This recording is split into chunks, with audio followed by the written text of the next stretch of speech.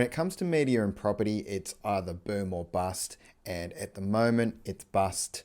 We're getting a lot of predictions that there'll be a massive price crash in the near future, which is largely driven by the recent rate hikes.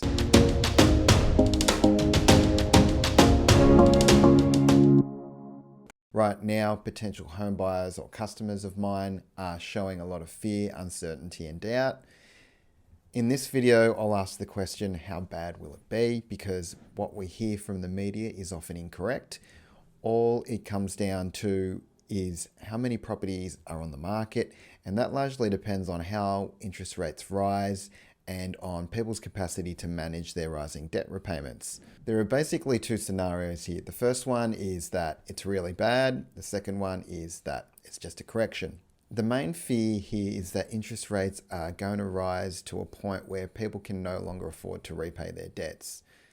We get an influx of property onto the market, resulting in price drops because there'll be an oversupply, and people will be desperate to sell and take lower prices. People will say, if these rates keep going up, we've just got to get rid of this property. If it comes to this, it could actually force more sellers into an already oversupplied market as genuine fear takes grip. This would make it really bad, and you would expect decreases from the market peak at over 20%. The other scenario is that it's just a correction. I think a correction is definitely more probable given the price rises we've had in the past. What's going to cushion the house prices is the supply and demand concept I've previously alluded to. Let's have a look at some of the factors with the demand by starting with the grants. We've got the new home grant, which is the existing grant. It was under a different name previously called the First Home Loan Deposit Scheme, or FHLDS for short. When this program was introduced a few years back, they offered 10,000 spots for eligible first home buyers. Then this year, all of a sudden, it's 35,000. Added to this, they've got another 15,000 spots for related schemes designed to get people into the housing market. So you can see they've really amped up the level of support through these schemes, and in my opinion, they can always amp it up more if governments feel the property market is at risk. A little side request here, if you're enjoying these videos, please like and subscribe. I'd be really curious to see what you think about the property market and these current crazy times we're living through. Feel free to pop in a comment or a question and I'll read it and respond as soon as I can. You've also got these other co-buy schemes from the national government, as well as the Victorian and New South Wales governments getting involved. Anthony Albanese's election campaign promise is a great example of this. He basically made a promise to buy 40% of the property value for selected home buyers. It feels like a bit of communism to me, but whatever, it's actually taking place and it's becoming a growing trend, obviously.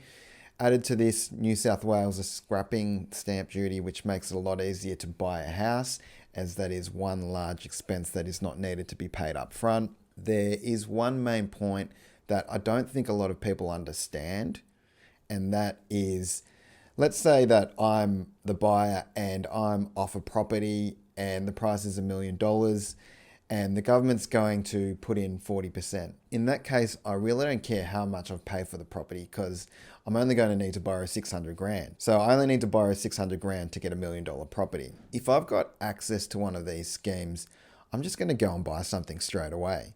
I'm not going to wait around. I'm not going to wait for the property to go lower. I'm going to lock in that property because it's a good deal for me. Since I'm already willing to let the government own a part of my property, I'm just going to get in. To me, these sorts of schemes are not only going to cushion the market, but it's actually going to add rocket fuel to the next boom. The other thing I wanted to mention, which is why I think it's a correction, is that the default rate won't rise as fast as what people think, because people will scratch around for every last penny before they let the mortgage go into default, because they realize that that's the family home.